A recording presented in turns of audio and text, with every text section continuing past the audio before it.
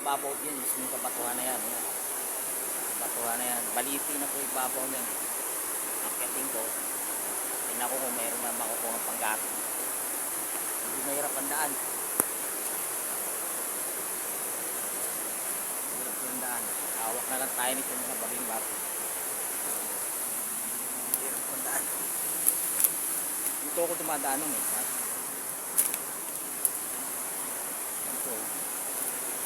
Ito yung baliti mismo na yan. Kapit ka nga lang dito sa gilid. Gilid lang ito, gilid ng daan mo mismo. Magpapatuhan na ito. Yung mga baging-baging yung isa, pwede kang mahawak. So yan. Kailangan talaga sipag lang. Mga baging-baging umahawak. Baliti na po ito ha. Baliti. Ito po. Medyo baulan niya kaya langanin ako lang yan po yung ano ng puno ng baliti. Tabi-tabi po. Tabi-tabi po. Yan, nandito lang po kasi kalagitnaan. Puro bato-bato na po kasi yan nasa ibabaw niya. Yan. Ibabaw niyan bato-bato na. Puro mga kabatuhan. Medyo alanganin po ako, hindi na ako tutuloy dun sa ibabaw. Dito lang ako sa kalagitnaan sa may pinaka ano lang niya, paahan lang.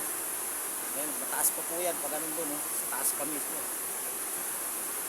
Meron sanang kahoy ako napansin meron panggatong na kahoy. Madulas po ang daan kaya babalik na lang muna ako. Ito po, yan sa ibabaw. May nakita ako panggatong mismo. Kapit lang ako sa mismo ugat ng baliti. Bababa na lang muna ako. Ako'y maghahanap na lang ng iba. Medyo delikado.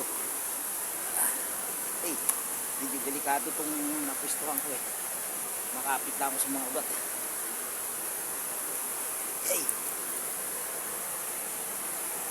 Babalikan ko na lang sunod na araw pagka medyo maganda panahon. Maraming salamat po.